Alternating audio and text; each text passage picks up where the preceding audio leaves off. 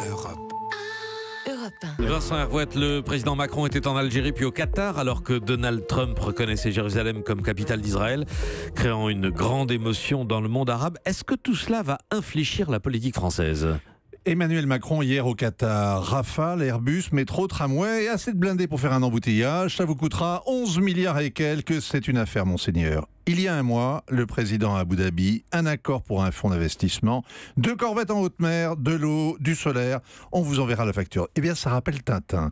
Le pays de l'or noir, coq en stock, les cigares du pharaon et toujours le seigneur Oliveira des Figueira qui vend au milieu du désert parapluie, sirop pour la toux et cage à oiseaux. Le seigneur Oliveira est toujours en marche et sa faconde fait merveille.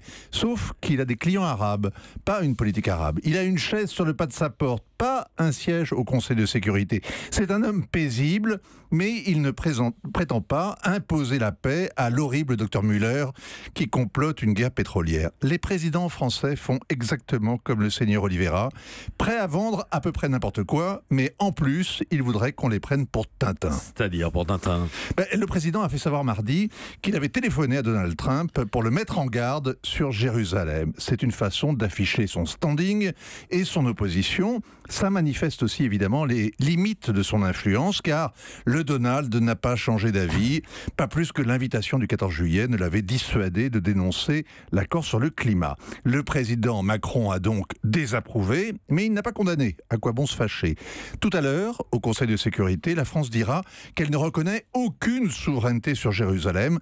C'est ce qu'elle répète depuis 50 ans et ce qu'elle répétera encore dimanche prochain à Benyamin Netanyahou. C'est une posture équilibrée, mais ça ne fait pas une politique. Pourquoi ça ne fait pas une politique ? Parce qu'il n'y a pas un seul Israélien qui compte sur Paris pour le protéger du terrorisme.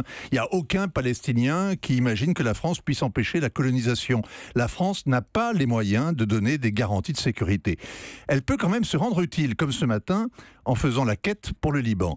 Finalement, c'est dans le Golfe que la France a le plus de crédit parce que depuis 25 ans, elle s'est à peu près alignée sur les positions des pétromonarchies en s'opposant à l'Iran. C'est grâce à ça qu'Emmanuel Macron peut inaugurer le Louvre à Abu Dhabi, puis gagner ensuite le Qatar que ses voisins rancuniers ont pourtant mis en quarantaine. Même le seigneur Oliveira n'aurait pas osé monter son stand des deux côtés d'une ligne de front.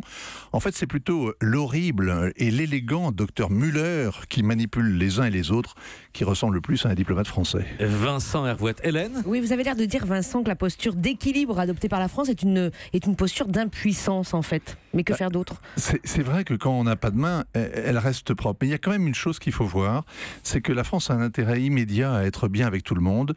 C'est qu'elle se protège quand même un peu de la menace terroriste. Europe. Europe 1.